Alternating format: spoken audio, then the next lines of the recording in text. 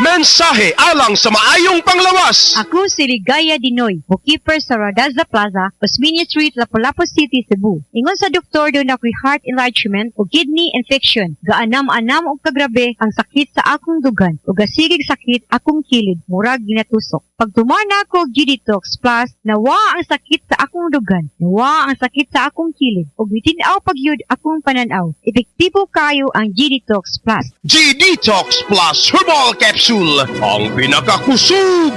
Mapalit sa Rose Pharmacy, Majesty Pharmacy, Queen's Pharmacy, Diding's Pharmacy, ug sa ubang mga butika.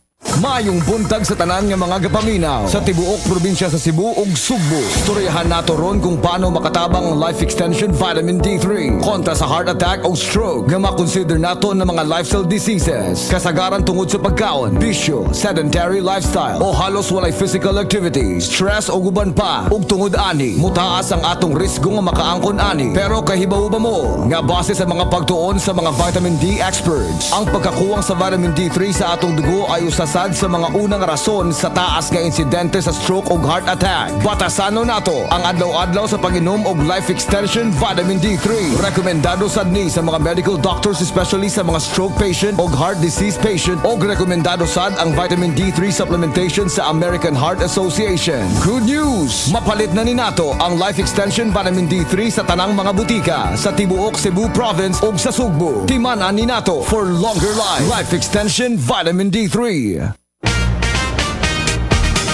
Gala, kini si Goliath. Aduna ko'y bagong na-discovery nga produkto sa SED Marketing. Kini mao ang SED Panyawan Coffee. Lahi kini nga klase sa kape. Siguradong ganahan ka kay gawas nga labian, isog, swabe o espiso ang timpla niini. Ang SED Panyawan Coffee, usa ka timpla lang nimo, kontento ka na. O kini makapalagsik sa atong kalawasan. Busa, mag-SED Panyawan Coffee na kita. SED Panyawan Coffee, produkto sa SED Marketing Incorporated.